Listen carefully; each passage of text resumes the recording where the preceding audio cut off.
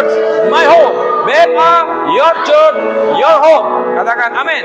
Apa kabar Bapak Ibu Saudara sekalian yang di rumah juga? Katakan aku sehat, kuat, makmur, panjang umur, awet muda, diberkati Tuhan. Katakan amin. Sebelum duduk katakan seperti biasa, aku anak kesayangan Bapak. Aku anak yang paling dikasihi Tuhan. Aku adalah kebenaran Bapa dalam Yesus. Dan aku adalah orang yang sudah dibenarkan karena imanku kepada Yesus. Amin. Silakan duduk.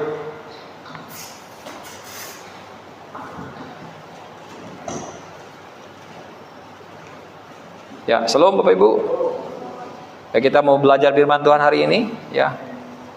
Firman tuntunan yang diberikan pada gereja kita. Ya. Mari kita membuka firman Tuhan dari Ulangan pasal 11. Kita sudah mendengar dari beberapa minggu ini, Tuhan menuntun kita untuk kita bisa mengalami miracle, mengalami mujizat kesembuhan. Amin. Saudara percaya mujizat pasti ada? Amin. Ya. Kalau Tuhan memberikan rema, memberikan firman rema turun, Tuhan pasti bekerja. Amin. Yes. Jadi kita percaya bahwa apa yang Tuhan sampaikan kepada kita, ya, melalui rema-rema itu menjadi suatu perwujudan yang akan Tuhan nyatakan bagi hidup kita. Amin. Jangan berhenti untuk percaya, jangan ragu untuk mengalami mujizat, karena ketika waktunya tiba, Dia akan datang menghampiri hidupmu. Mari kita belajar hari ini. Saya membagikan firman Tuhan, tuntunan gereja kita, ya, yang berjudul terobosan dan pemulihan keuangan di tengah kesesakan. Jadi saya mau membagikan firman Tuhan.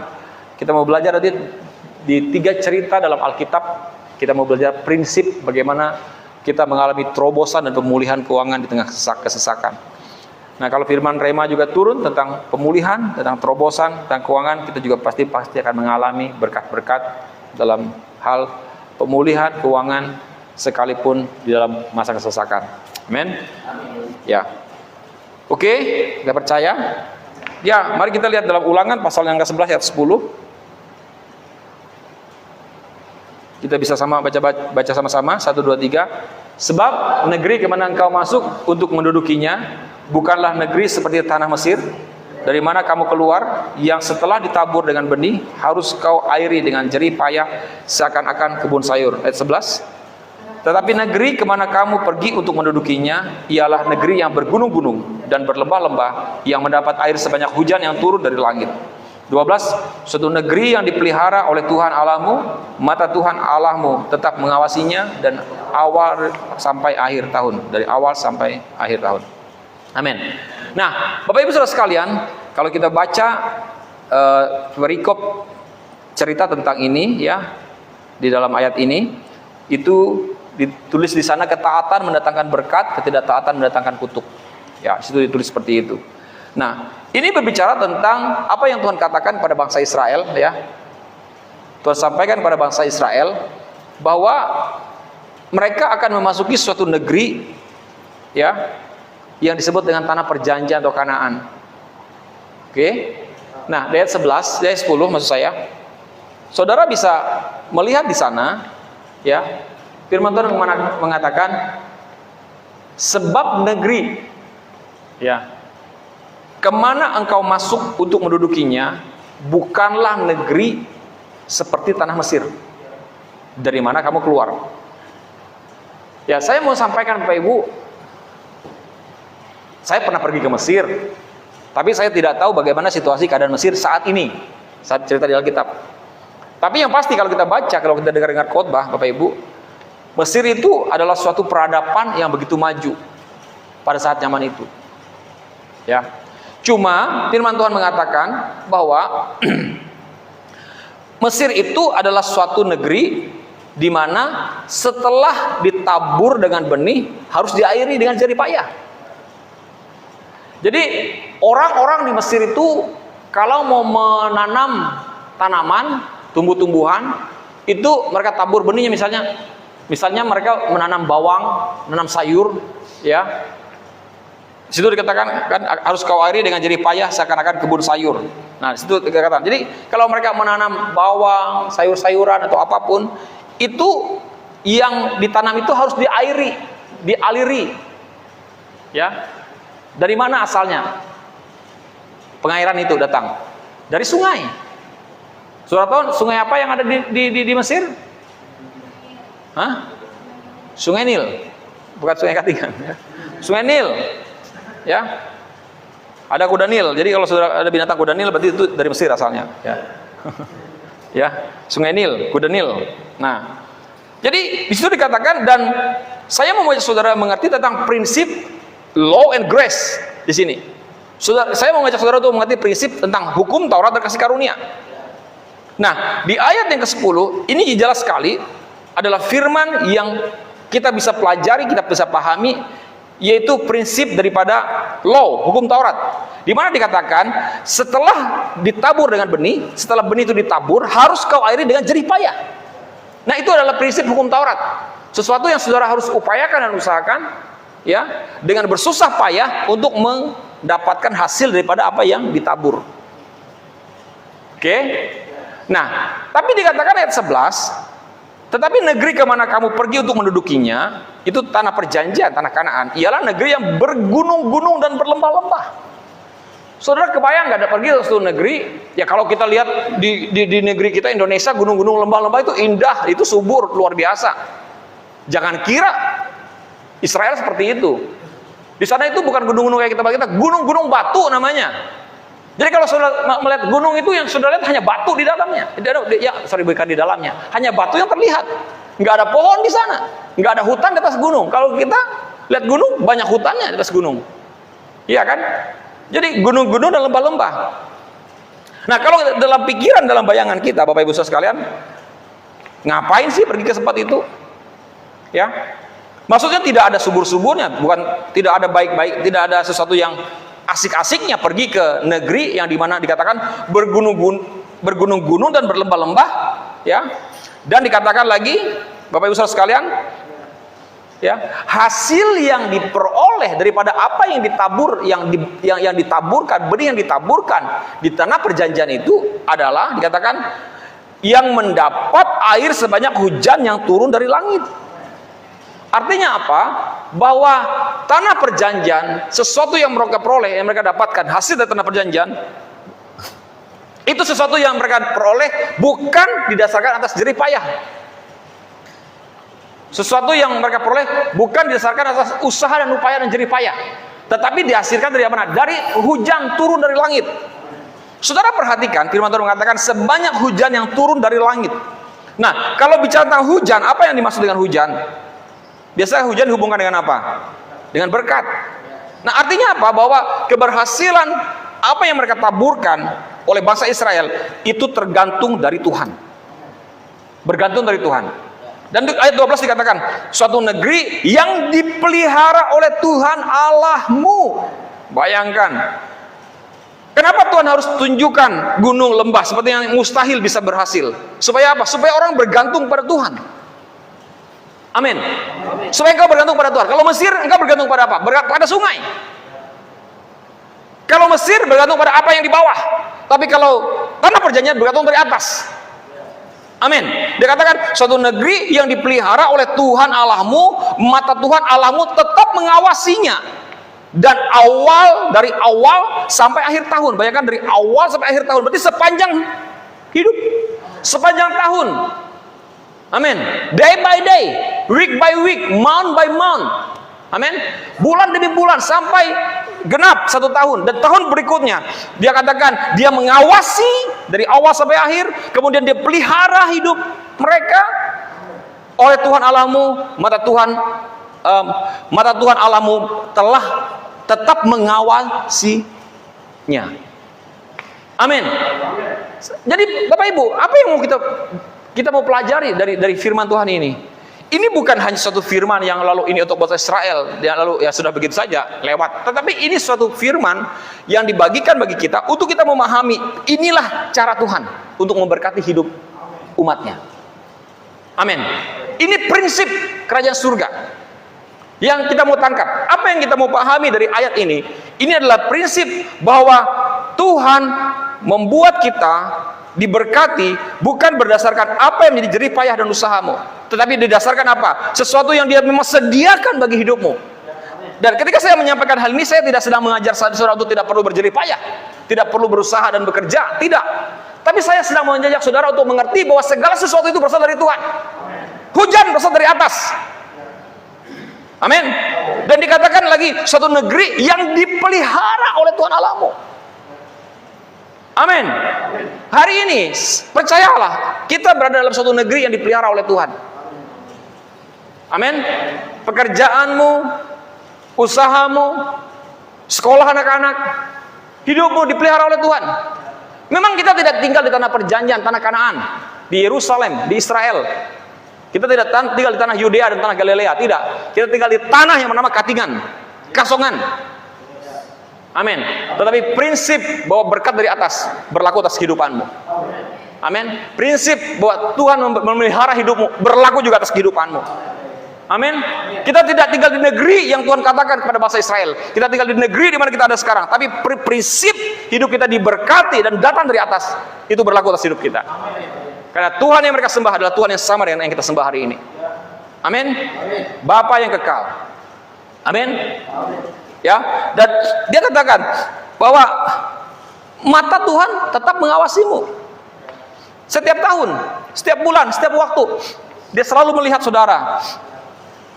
Ya.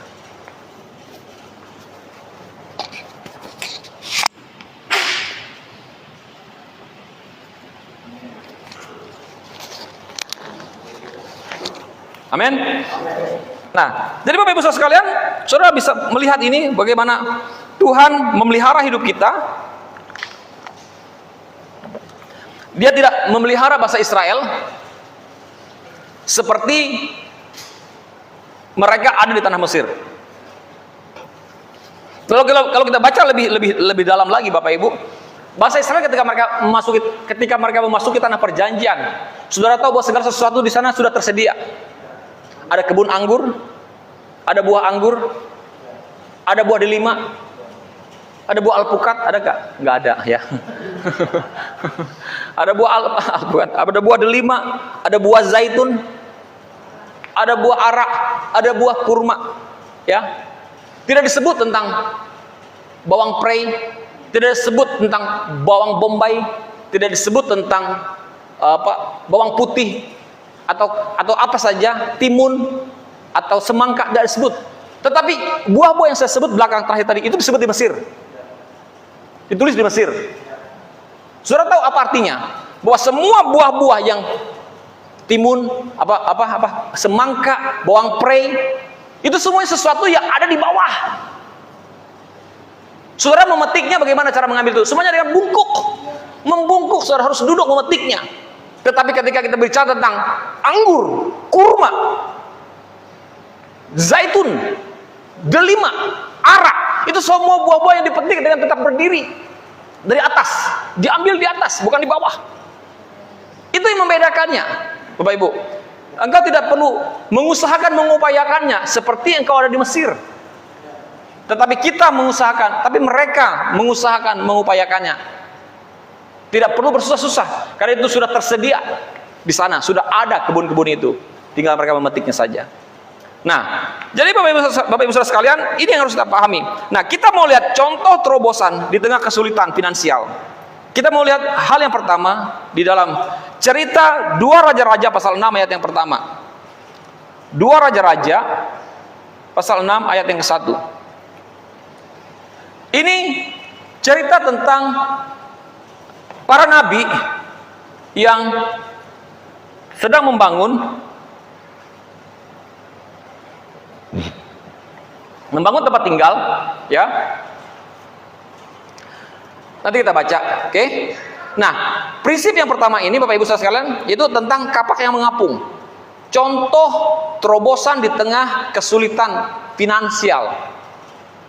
Pada suatu hari berkatalah rombongan nabi kepada Elisa. Cobalah lihat, ini rombongan nabi, rombongan pendeta-pendeta nih datang pada gembala senior, datang pada senior. Cobalah lihat tempat tinggal kami di dekatmu ini adalah terlalu sesak bagi kami. Jadi semacam kayak mes mereka itu sudah sesak, sudah kebanyakan yang sudah dihabiskan jadi pendeta. Tempatnya belum diperbesar, rumahnya belum diperbesar. Jadi mereka pejabat-pejabat gitu, pejabat-pejabat gereja. Terus baiklah kami pergi ke sungai Yordan, mereka mengusulkan gitu. Dan masing-masing mengambil satu balok dari sana supaya kami membuat tempat tinggal untuk kami. Jawab Elisa, ya udah pergi aja. Pergilah, kata Elisa. Ya. Jadi seperti itu. Jadi karena rasa sesak tempat tinggalnya, mereka kasih ide kepada Elisa, kami pergi aja ambil balok-balok di sana di hutan, nebang pohon-pohon, ya. Lalu kami bikin rumah, tambah kamar-kamarnya supaya kami bisa tinggal nyaman. Saya pakai bahasa saya sendiri. Ayat 3, lalu berkatalah seorang, silakan ikutlah dengan hamba-hambamu ini. Jawabnya, baik, aku akan ikut. Jadi ada seorang lagi yang berkata, yuk, ikutkah? Kayak misalnya gitu, Ipur, Ki, Mbak kah? Oke, aku ikut, kata Diki kan. Baik, aku akan ikut. Maka ikutlah Diki dengan mereka. Maka ikutlah dia dengan mereka. Setelah mereka sampai di sungai Yordan, mereka pun menebang pohon-pohon. Ya, biasanya di pinggir sungai pasti ada pohon kan? Iya kan? Ya dong. Saya waktu ke sungai Yordan banyak pohon di sana. Ya kan? Ya sungai itu kan, air itu kan sumber kehidupan kan? Sumber kehidupan dari tanaman-tanaman, pohon-pohon. Ya, seperti itu. Nah, mereka boleh tebang pohon-pohon itu. Nah, mungkin kalau bahasa kita dulu tuh kapak ini kayak beliung, beliung ya kalau orang dulu nebang pohon. Beliung nggak? Bukan, beliung ya. Oke. Dan terjadilah ketika seorang, ayat 5, dan terjadilah ketika seorang sedang menumbangkan sebatang pohon, ya, jatuhlah mata kapaknya ke dalam air. Nah, Bapak Ibu Saudara sekalian, ibaratnya kapak itu bukan terbuat dari besi, belum ada besi saat itu, pasti dia dari batu. Tapi saya belum mempelajari apakah di saat itu sudah ada besi. Ya. Zaman apa? Megalitikum, zaman apa itu? Ya, zaman-zaman perunggu, zaman besi, zaman kayu, zaman batu, zaman apa gitu kan? Saya lupa pelajarannya. Nah, lalu berteriak-teriaklah ia, wahai tuanku. Dia teriak kepada Elisa, wahai tuanku, itu barang pinjaman. Oke, dia pinjam kapak itu. Ya, kapak itu dia pinjam dari temannya. Oke, dan kapak itu, mata kapak itu tenggelam. Bahasa kita apa, Diki? Mata kapak tenggelam apa? Leteng, kata Diki. Yang KKM lah, leteng. Ya. Jadi mata kapaknya itu leteng, Bapak Ibu. Tenggelam gitu kan? Nah, lalu dia teriak, wahai tuanku, Bapak, pastor misalnya gitu kan? Gembala senior. Ya. Itu barang pinjaman. Gimana dia mulai stres, bingung, karena saudara tahu kapak itu menggambarkan tentang apa? Menggambarkan, melambangkan tentang mata pencaharian. Oke, amen. Ya, kalau orang berusaha dengan kapak itulah yang menjadi mata pencaharian untuk dia berusaha untuk bisa menebang pohon, menghasilkan sesuatu, bisa bikin rumah, mungkin bisa dijual pohonnya. Dan itu mata kapak itu menggambarkan mata pencaharian. Makanya dia stres, dia khawatir. Aduh, saya menghilangkan kapak ini, dan ini kan sedangkan ini adalah sumber mata pencaharian bagi orang lain. Dan itu tenggelam. Apa makna daripada tenggelam? Artinya suatu kehidupan mata pencaharian yang tenggelam. Yang artinya apa? Tidak ada harapan, tidak mungkin lagi untuk bisa diperoleh. Seperti itu. Apakah bisa dicari? Bisa saja dengan menyelam. Oke, tetapi dari cerita ini, mata kapak itu tidak didapatkan dengan cara menyelam. Tidak didapatkan dengan cara meneser, wah sampai merah matanya, di mana tadi, enggak tahu juga dalamnya berapa, pasti dalam, ya kan? Sungai. Nah, tetapi kita lihat ceritanya asik luar biasa, Bapak Ibu. Ayat 6. Tetapi berkatalah abdi Allah kepada salah satu nabi ini, dikatakan, kemana jatuhnya? Atau di manakah jatuhnya? Oke. Lalu orang itu menunjukkan tempat itu kepadanya. Di situ. Kemudian Elisa memotong sepotong kayu, perhatikan, memotong sepotong kayu, lalu dilemparkannya ke sana, ke tempat yang dikatakan itu tadi, maka timbullah mata kapak itu dibuatnya. Well, coba saudara pikir, bagaimana mungkin sesuatu yang tenggelam, yang leteng tadi bisa timbul hanya gara-gara kayu dilemparkan ke situ? Make sense? Masuk logika, masuk akal? No, nggak masuk akal. Saya waktu dulu awal-awal baca, sejak saya lahir baru, saya udah baca ayat ini. Saya paling suka juga baca Elisa, baca Elia. Apalagi pas giliran yang cerita tentang Elisa diteriakin botak-botak itu sama anak-anak itu yang diterkam beruang itu. Ya, di bagian itu saya ada kasihannya juga, ada lucunya juga gitu kan. Dan ada sadisnya juga gitu kan. Ngeri juga gitu kan di bagian itu. Tapi saya udah tahu, tapi saya belum mengerti apa makna daripada sepotong kayu dilempar lalu membuat kapak yang berat tadi bisa timbul kembali. Ternyata Bapak Ibu, sepotong kayu itu menggambarkan, melambangkan tentang salib. Salib terbuat dari kayu. Betul? Nah, kayu yang digunakan untuk membuat kapak itu timbul, itu menggambarkan tentang salib Kristus yang membuat kehidupan kita yang tadi hancur, yang tadi mati, yang tadi tidak ada gunanya, tidak mungkin lagi seperti tenggelam tadi, itu hidup kembali. Amin. Itu menggambarkan tentang salib Kristus. Jadi sesuatu yang kayaknya nggak mungkin, mustahil itu bisa terjadi, tapi itu terjadi. Lalu ayat 7. Katanya, ambillah. Orang itu mengulurkan tangannya dan mengambilnya.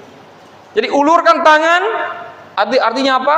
Bahwa dia mengambil apa yang sudah menjadi bagian dalam kehidupannya, berkat-berkatnya, untuk mengulurkan tangannya, mengambil mata kapak itu, dan dia bersuka cita. Nah, prinsip yang pertama yang harus kita pahami tentang kapak yang mengapung ini adalah seperti ayat yang ke-6. Di manakah jatuhnya? Kemanakah jatuhnya? Ini menggambarkan tentang yang tadi saya katakan, tentang kehidupan ekonomi atau keuangan atau kesusahan kehidupan dari hidup seseorang atau suatu keluarga atau rumah tangga atau siapapun. Itu harus diidentifikasi, Bapak Ibu. Jadi kalau engkau mengalami suatu kesulitan dalam kehidupanmu, identifikasi apa penyebabnya. Segala sesuatu itu bisa diidentifikasi. I pray, aku berdoa Tuhan memberikan kecerdasan, kemampuan, hikmat kepada saudara untuk bisa mengidentifikasi apa penyebabnya. Betul? Itu kan ilmu dokter juga belajar ilmu identifikasi kan, betul kan? Mengidentifikasi dari hanya mendengar keluhannya begini-begini, dia boleh mengidentifikasi berdasarkan ilmu yang dia pelajari. Oh, ini penyebabnya. Amin. Saya juga tuh punya ilmu gitu tuh. Ya kan? Sayangnya nggak ada kesempatan sekolah dokter aja gitu. Itu dulu itu ibu gembala, Ibu Ruth ya di Berenjun itu nggak tahu saya berapa lama itu sebelum saya datang pelayanan sana, itu berbulan-bulan itu batuk itu nggak sembuh-sembuh. Dia bilang udah lama Pak batuknya Pak. Sudah minum apa? Sudah minum obat. Ya, saya datang ke Berenjun. Saya lupa beli obat lupa, gitu kan? Dia batuk pilek nggak sembuh, ya kan? Akhirnya saya oh ada bidan, gitu, ada praktek bidan. Saya lewat di daerah mana itu? Pagar kah? Pagar lah, ada kiri, Taringen. Ya bukan Taringen lah, sebelum kan Taringen sudah dekat Berenjun. Ya sekitar situ. Pagar, ya kan? Pagar atau pagar ya, pokoknya begitu lah, saya juga tahu. pager itu yang betul, pager ya. Saya bilang, saya ketok, Bu, ada obat apa Pak? Obat ini apa? Obat GG, obat CTM, sama amoxicillin. Ada semuanya amoxicillinnya, tapi ini Pak, amoxicillinnya bukan yang generik, yang agak paten gitu. Ya udah Bu, saya bilang. Ya udah, yang gitu aja. Jadi saya beli obat itu, saya kasih ke ibu itu. Nah, saya kasih ke ibu, lalu dia minum, dan setelah dia minum beberapa waktu kemudian dia sembuh. Amin, sembuh, ya kan? gampang aja obatnya, ya kan? Habis itu juga ibu siapa? Mamanya Dedi juga sama, batuk lama. Saya kasih obat aja, obat ini obatnya, ya kan? Kamu beli apa aja, beli obat yang itu yang dijual orang itu kalau sebenarnya gini prinsipnya. Ini saya juga dari belajar. Prinsipnya kalau kamu udah sakit, batuk, pilek gitu dan sudah lama harus ada antibiotik. Betul nggak? Harus ada antibiotiknya. Kalau nggak ada antibiotiknya itu susah lama sembuhnya, ya. Nah seperti itu. Jadi nggak jadi dokter itu, tapi ya, puji Tuhan lah masih bisa. Ya, itu hanya yang kecil-kecil saja. Nah jadi begini Bapak Ibu, saya kembali ya. Yang harus kita pahami adalah kemana jatuhnya, artinya identifikasi apa penyebabnya. Kalau kamu sakit, identifikasi apa penyebabnya. Oke? Kalau kamu berkekurangan keuangan, identifikasi apa penyebabnya kekurangan keuanganmu. Kalau kamu selalu kurang dalam setiap bulan, dengan yang di rumah mungkin yang sudah mendengar atau yang mengikuti saran tunda, kalau kau selalu berkekurangan dengan gaji yang ada padamu, identifikasi apa yang kurang, apa penyebab kekurangan itu. Kalau kau selalu punya masalah dengan setiap kehidupan orang, identifikasi apapun, every problem, setiap masalah pergumulan dalam kehidupanmu, engkau harus mengidentifikasi. Makanya kemana jatuhnya, di mana jatuhnya, kamu harus tahu apa penyebabnya. Ya, what's the problem? Apa masalahnya? Di mana letaknya? Mungkin kamu terlalu boros. Ini masalah keuangan. Mungkin kamu terlalu sering COD. Loyal. Iya, tapi kalau kamu COD tetap berkecukupan, is okay. Tapi maksudku kalau kau kekurangan penyebabnya bisa mungkin karena COD, hentikan COD-nya atau kurangin COD-nya. Kami dulu pernah alami itu. Kekurangan bersama PNS. Saya identifikasi 2 bulan, setelah 2 bulan, nah mungkin dulu kita tulis pengeluaran kita, saya sama ibu. Tulis pengeluaran, akhirnya ketemu, wah ini nih penyebab kekurangan nih, tahu. Saudara tahu penyebabnya apa? Terlalu sering ke Palangkaraya. Nah. Serius. Itu biaya bensin mobil, makan di sana. Betul kan? Biaya bensin mobil, pulang pergi itu 200, ya makan di sana itu apalagi kalau zaman ada JF ada Ken ini bisa 1 juta itu ke Palangkaraya itu, iya makan, betul. Belum lagi di jalan camilannya, Pocari Sweat lah, Palpi Oren lah, teh kotak lah, kacang lah, kerupuk lah, berhenti di pinggir mana gitu, di pinggir jalan, di Takiling beli ini. Well, nggak terlalu penting gitu loh. Ya, betul? Akhirnya teridentifikasi, oke ini dia. Ini stop, hentikan ini. Betul. Ketika saya bijaksana, ketika kami menemukan suatu kebijaksanaan dalam diri kami untuk menemukan itu, berhenti itu kekurangan. Maksudnya begini, apa Tuhan nggak bisa berkati? Bisa. Tetapi Tuhan tuh mau mengajar kita. Mengajar untuk mengelola. Kalau kau tidak bisa setia dengan perkara kecil, bagaimana Tuhan bisa mempercayakan padamu hal yang besar? Itu firman Tuhan. That's the word of God. Itu firman Tuhan. Bukan apa yang saya katakan. Kita bisa dipercayakan untuk hal yang besar kalau kita setia dengan yang kecil. Amin. Amin. Jadi setialah mengelola yang kecil supaya kau bisa dipercayakan yang lebih besar lagi. Nah, setelah itu kita di dalam Tuhan, kita harus paham ini.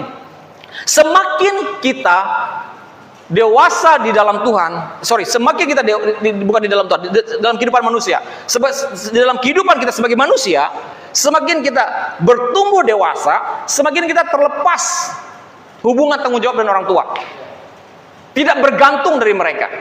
Tetapi di dalam Tuhan sebaliknya, betul? Nah, kalau sebagai manusia, sebagai anak manusia, ya, sebagai anak seorang ayah atau ibu, kita sebagai anak-anak, kita kan pasti dicebokin waktu kecil, ya kan? Pantat dicebokin, mandi dimandiin, ya kan? Tetapi ketika makan disuapin, semuanya diurusin, ya kan? Tapi ketika bertumbuh dewasa, kan mau papa mandiin? Mau papa mandiin? Mau? Nggak mau lagi kan? Mau suapin? Mau? Nggak usah. Nggak perlu, karena apa? Karena sudah bertumbuh dewasa, ya kan? Tetapi jangan engkau berpikir bahwa di dalam Tuhan juga hal yang sama seperti itu. No. Tidak. Sebaliknya. Amin. Semakin orang bertumbuh dewasa di dalam Tuhan, semakin dia bergantung kepada Tuhan. Ini prinsip Bapak Ibu. Dengar prinsip ini betul-betul baik-baik. Jikalau engkau di dalam Tuhan, semakin engkau tidak bergantung kepadanya, itu menunjukkan engkau masih anak-anak.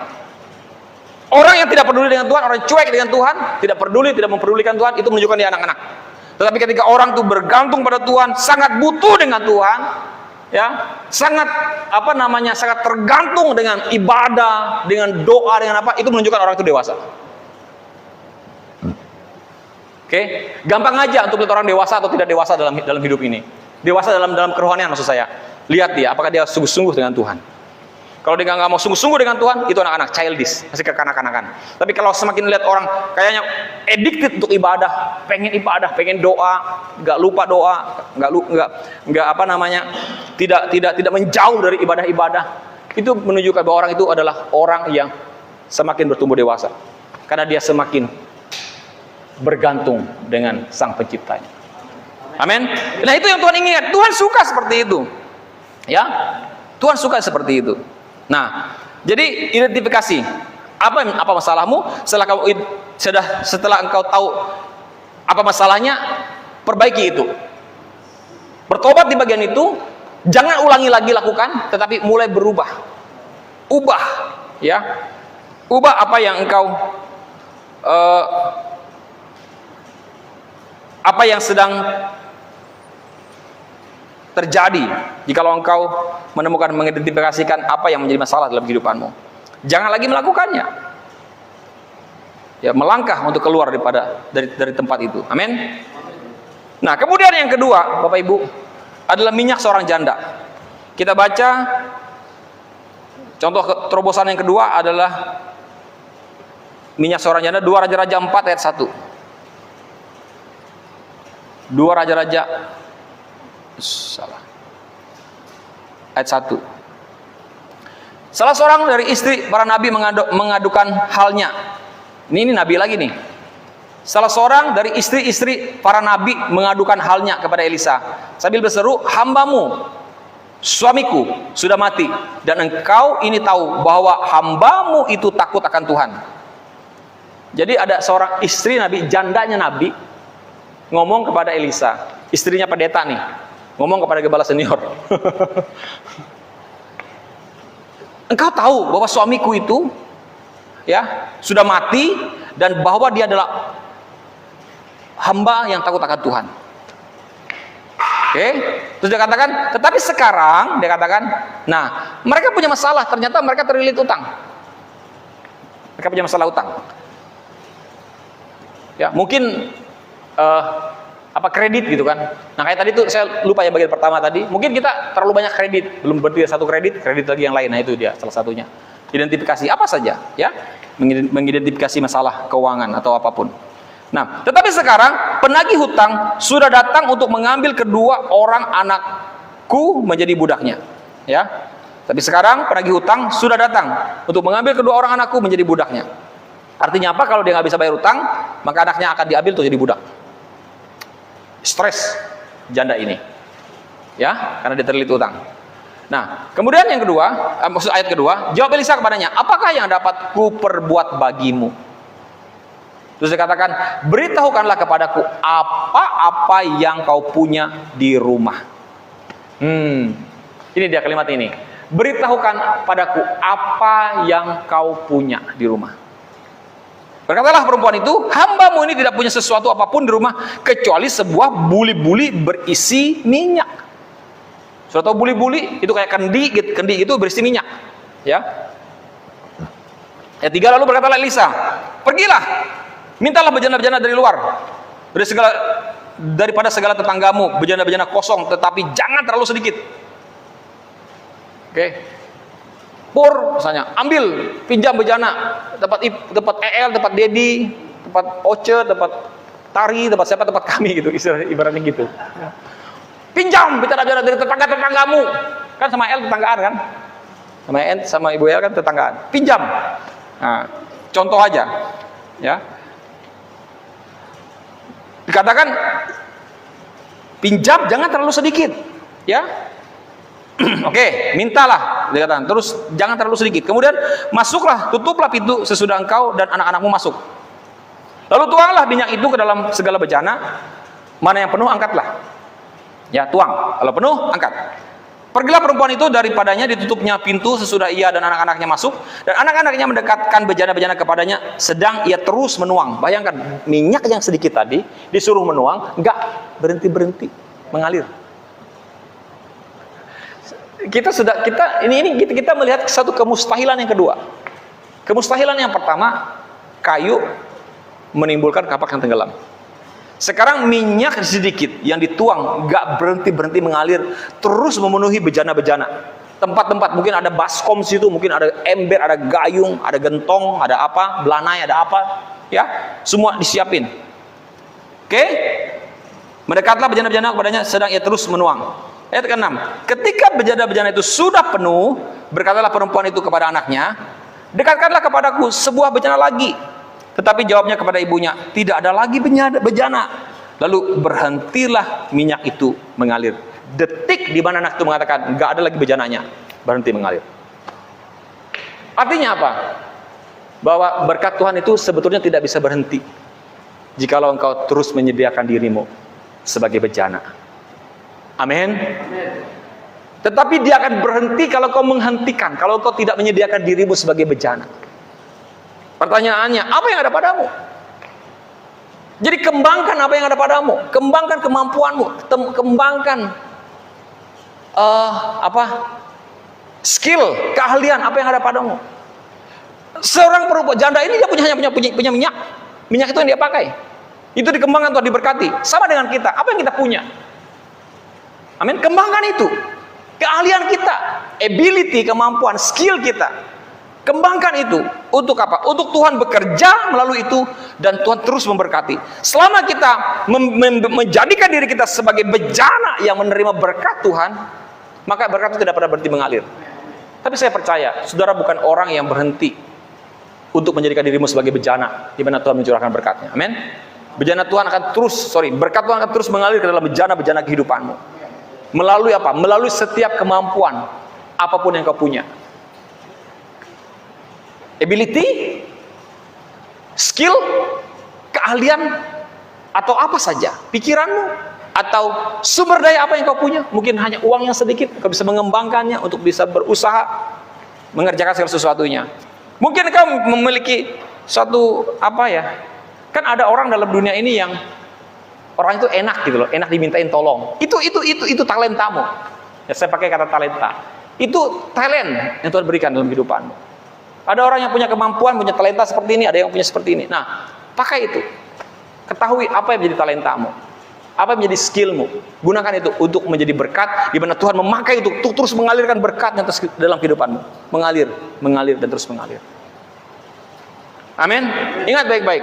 Saya nanti akan juga tegaskan di bagian terakhir. Setiap kali apa yang kau tabur, itu menjadi benih dalam kehidupanmu. Ya, benih yang kau tabur maksud saya, itu akan menghasilkan lebih banyak daripada benih yang pertama kali kau tabur. Jadi apa yang kau punya hari ini, talent yang kau punya, tabur itu untuk kebaikan. Tabur itu.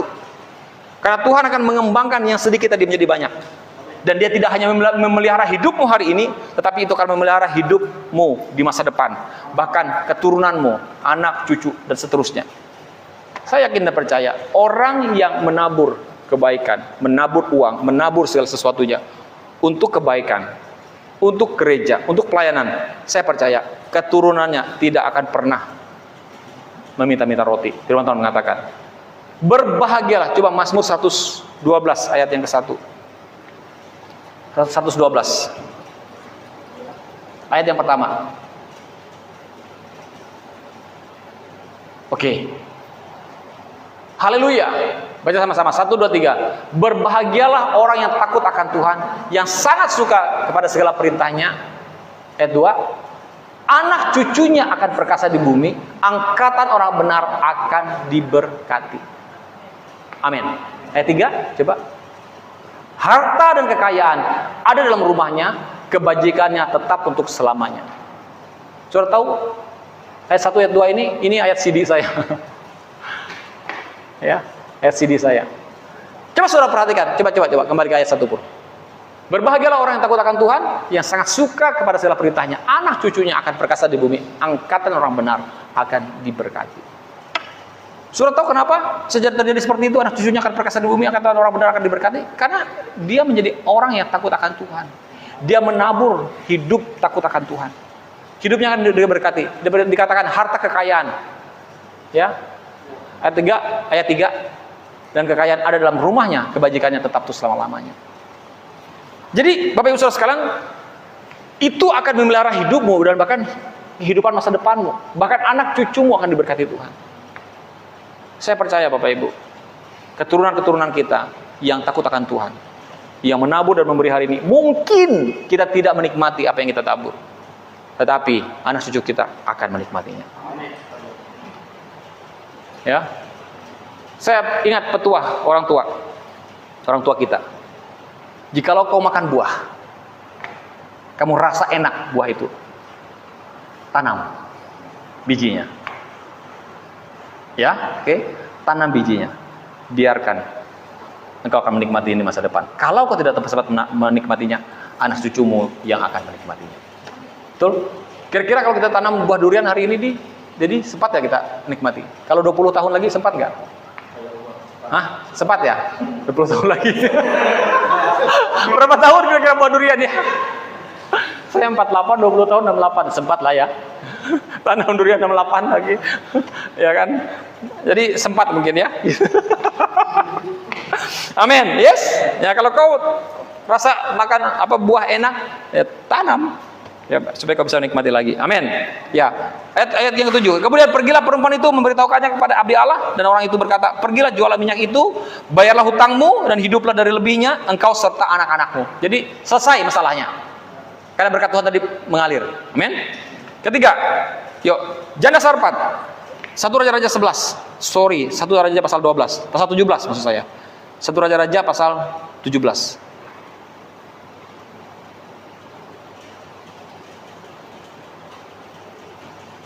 Ayat yang terlangsung saja.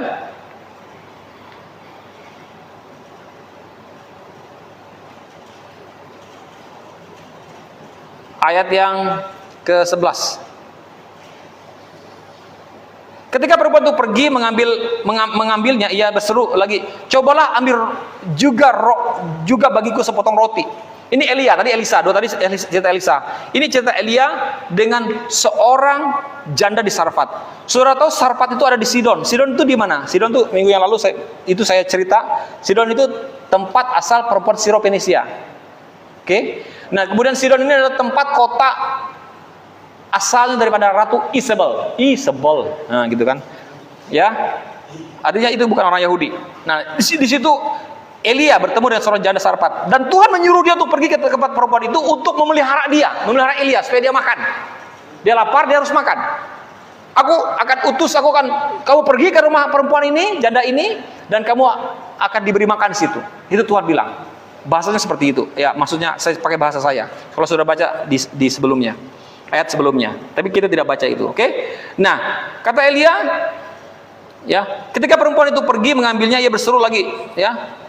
Cobalah ambil juga bagiku sepotong roti. Elia ngomong pada perempuan itu. Kemudian perempuan itu menjawab, demi Tuhan Allahmu yang hidup, kata perempuan itu, janda itu, sesungguhnya tidak ada roti padaku sedikit pun kecuali segenggam tepung dalam tempayan dan sedikit minyak dalam buli-buli. Jadi segenggam tepung dan sedikit minyak dalam buli-buli. Dan sekarang aku sedang mengumpulkan 2-3 potong kayu api. Kemudian aku mau pulang dan mengolahnya bagiku dan bagi anakku. Dan setelah kami memakannya, maka kami akan koit, mati.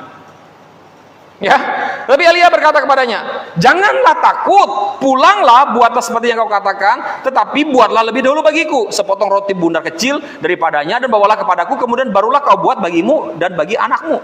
Coba saudara pikir, ya kan? Orang cuma punya roti dan minyak sedikit gitu hanya untuk makan mereka berdua, tapi ini Nabi, ini kalau kita pakai bahasa kasarnya ini pendeta kurang ajar. Nggak ngerti kesusahan jemaatnya, paksa-paksa. Tapi ini Tuhan yang suruh dia. Ya, janda itu nggak ngerti Tuhan suruh dia. nggak peduli. Tapi ini kok tega banget nih, pendeta tega banget nih. Susah, saya dalam kesusahan, nih Pur dalam kesusahan. Tiba-tiba saya datang, Pur, bagi makanan. Waduh Pak, ini tinggal ini aja Pak. Kami kalau ini kami nggak bisa lagi hidup, gimana nih Pak? Gitu kan mungkin Pur ngomong gitu kan. Tapi kasih saya nih lapar juga. Oke, ya udahlah Pak, udah kita makan sama-sama ini bagi. Habis ini kita mati sama-sama gitu kan. Ya udah Pak, ini ya udah Pak bagi ini nih buat Bapak nih buat kami, nggak apa-apa lah. Mengurangi rasa kenyang saya, tapi habis ini kita mati sama-sama Pak ya. Oke, gitu kan. Kira-kira begitu, ya. Pikirannya. Tetapi perempuan ini, janda ini membuat roti itu. Dikatakan, kata Elia, bikin roti bundar kecil daripadanya dan bawalah kepadaku, kemudian barulah kau buat bagimu dan bagi anakmu. Jadi bagi dikit sama dikit. Tetapi perempuan ini taat. Dia ngomong gini, Elia ngomong gini, sebab beginilah firman Tuhan Allah Israel, tepung dalam tempayan itu tidak akan habis dan minyak dalam buli-buli itu pun tidak akan berkurang sampai pada waktu Tuhan memberi hujan ke atas muka bumi. Dan perempuan ini taat karena dia mendengar perintah Tuhan melalui Elia. Lalu pergilah perempuan itu dan berbuat seperti yang dikatakan Elia. Maka perempuan itu dan dia serta anak perempuan itu mendapat makan beberapa waktu lamanya. Tepung dalam tempayan itu tidak habis, mustahil lagi. Dan minyak dalam buli-buli itu tidak berkurang seperti firman Tuhan yang diucapkannya dengan perantaraan Elia. Sesudah itu anak dari perempuan pemilik rumah itu jatuh sakit dan sakitnya itu sangat keras sampai tidak ada napas lagi. Itu cerita lain lagi, ya. Cerita lain lagi itu mujizat lagi, kesembuhan terjadi pada anak itu. Kehidupan, dia hidup, ya. Jadi sudah lihat mujizat lagi, rotinya nggak habis, tepungnya nggak habis, minyaknya nggak habis. Betul? Ini keren Bapak Ibu, luar biasa. Artinya apa? Apa yang kita bisa pelajari dari cerita yang ketiga ini? Bahwa Tuhan jikalau dia berfirman, ya, dia akan laksanakan. Kalau kau dengar Tuhan berbicara kepadamu, Tuhan ekstrim mengenai janjinya, tegas mengenai janjinya. Kalau aku berkati, aku akan berkati, dan itu terjadi. Walaupun sepertinya nggak masuk akal, bagaimana caranya Tuhan memberkati, tapi itu akan terjadi. Tuhan bisa bekerja, dia sesuatu yang tidak masuk akal. Kalau dia masuk akal bukan Tuhan namanya. Itu kalau dia masuk akal itu Bapak Pendeta, Pak Irwanto namanya, ya kan? Atau Diki, masuk akal. Tapi kalau Tuhan nggak masuk akal, betul? Nah itu dia, Tuhan bekerja secara dasar dan luar biasa. Jadi Tuhan mengajar kita dari tiga hal ini, supaya yang pertama identifikasi apa masalahnya, yang kedua pakai apa yang ada padamu, yang ketiga pahami bahwa Tuhan berjanji akan memberkati, dia pasti memberkati, walaupun sepertinya tidak masuk akal. Amin. Jadi saya mau sampaikan kesimpulan dari tiga hal cerita tadi. Cara Tuhan memberi terobosan keuangan secara supranatural. Yang pertama, ketahui di mana kita jatuh kekurangan atau sampai terlilit hutang atau apa penyebabnya. Kalau kau sakit, temukan hasil penyebabnya kenapa. Identifikasi itu. Yang kedua, menyadari kita butuh kasih karunia Tuhan yang telah membebaskan kita dari hutang-hutang oleh darahnya yang tercurah. Ya, kita sadari bahwa kita butuh kasih karunia Tuhan yang akan membebaskan kita dari setiap hutang-hutang oleh karena darahnya yang tercurah. Yang ketiga, Tuhan selalu minta kita melakukan hal yang natural, ya, dan Dia akan melakukan hal yang supranatural untuk kita. Saya ulang, Tuhan selalu minta kita melakukan hal yang natural dan Dia akan melakukan hal yang supranatural untuk kita. Apa itu yang natural? Menabur, natural. Mendoakan orang, natural. Lakukan kebaikan, pergi ibadah, natural. Itu janji Tuhan. Jikalau kau lakukan yang natural, Dia akan melakukan yang supranatural. Paham maksud saya? Amin. Yang keempat, ya,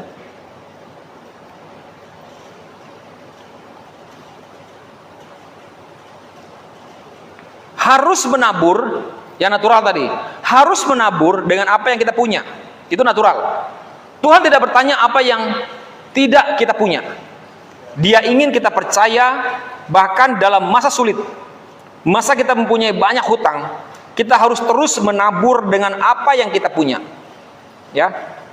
Sekalipun kita dalam keadaan mungkin kesusahan keuangan, jangan berhenti menabur. Saudara tahu apa yang dilakukan oleh Ishak? Menabur di waktu kekeringan. Ingat cerita itu ayatnya, maka menaburlah saya di gereja ini, maka menaburlah saya di tempat ini, di kota ini, ya, sehingga saya diberkati Tuhan, kian lama kian banyak, diberkati tambah banyak, dan seterusnya. Kenapa dia strong tetap menabur? Karena dia mengerti prinsip itu, ya. Yang namanya menabur tidak akan pernah tidak menuai. Oke? Kita harus terus menabur dengan apa yang kita punya. Inilah hal natural yang kita bisa lakukan, dan Tuhan akan melipat gandakan taburan kita secara supranatural. Katakan amin. Yang kelima, jangan merasa Tuhan harus menolong karena kita merasa sudah melakukan banyak hal untuk Tuhan. Oke? Itu namanya transaksional. Ingat, prinsip kekristenan, prinsip firman Tuhan bukan transaksional. Karena segala sesuatunya only by grace. Amazing grace. Jadi segala sesuatunya berdasarkan apa? Kasih karunia. Kalau berdasarkan apa yang kau lakukan, itu bukan grace. Itu namanya law, hukum Taurat. Jangan merasa Tuhan harus menolong karena kita merasa sudah melakukan banyak hal untuk Tuhan. Sadari, Tuhan menolong karena kasih karunia-Nya. Amin. Saya tolong saudara karena saudara jemaat. Saya tolong anak saya karena dia adalah anak saya, bukan karena apa yang kau lakukan. Amin. Saya sering kali menolong orang yang tidak ada gunanya bagi saya, tapi saya tolong orang itu. Tidak ada faedahnya bagi saya, bahkan orang itu pun merugikan saya, tapi saya tetap tolong dia. Karena apa? Karena saya tahu saya punya kasih dalam hidup saya. Yang terakhir, katakan amin. Puji Tuhan. Ya, oke. Yang terakhir, kita bisa saja menghitung benih di dalam satu buah. Bujur? Benar ya. Kita bisa saja menghitung benih di dalam satu buah. Kira-kira kalau kita makan buah kedondong, benihnya ada berapa? 1. Oke? Kalau kita buah manggis, benihnya ada berapa? Tergantung berapa belahnya lah. Kalau kita makan buah jeruk, bijinya ada berapa bijinya? Ada berapa? Belum tentu. Ada jeruk yang nggak punya biji. Ya kan? Tetap bisa kita hitungkan. Sekalipun banyak kita bisa makan itu jeruk-jeruk, keluarin bijinya bisa kita hitung. Oh 1, 2, 3, oh 7, oh 10. Ya, betul? Amen. Makan buah mangga bijinya ada 1. Oke? Tetapi dia katakan saat benih itu ditabur, saat biji buah itu ditabur, kita tidak bisa menghitung berapa banyaknya buah dari benih yang kita tanam tadi. Kita nggak tahu berapa banyak buah dan benih baru yang dihasilkan daripada benih yang kita tanam tadi, daripada biji yang kita tanam tadi. Amin, betul kan? Ya, kita bisa tahu, oh biji kedondong tanam menghasilkan buah kedondong. Tapi kita nggak tahu ada berapa buah kedondong. Ini Bapak Ibu, nanti nih habis ini kita makan buah jambu, jambu merah, besar-besar, enak banget. Amin, nggak ada bijinya. Dari mana buah jambunya? Dari halaman gereja Berengjun. Amin. Saya udah lihat itu bertahun-tahun saya ke sana. Saya nggak tahu berapa ribu sudah buahnya itu. Yang sudah masuk perut saya ini juga berapa banyak saya nggak tahu. Itu dari satu benih. Sampai hari ini itu buah jambunya Ibu Ruth itu, gereja BPA Berengjun itu nggak berhenti berbuah. Amin. Nah itu dia. Jadi prinsip itu. Jadi mulai taburkan benihmu. Jangan berhenti menabur karena prinsipnya apa yang kau tabur itu akan memelihara masa depanmu. Tidak langsung dinikmati saat ini, tetapi nanti dia akan bertumbuh semakin besar dan dia berbuah banyak. Artinya apa? Memelihara masa depanmu, anak-anakmu, cucu-cucumu, cicit-cicitmu, cocot-cocotmu, cecet-cecetmu. Dia tahu itu apa itu namanya. Pokoknya nggak tahu. Keturunan ke-6, ke-7, ke-10, ke berapa. Itu kan terus terpelihara. Makanya dikatakan anak cucunya akan perkasa di bumi, angkatan orang benar akan diberkati. Kenapa? Karena ada orang tua yang sebelumnya menabur. Amin. Amin. Karena ada orang tua yang sebelumnya sudah menabur. God bless you. Amin.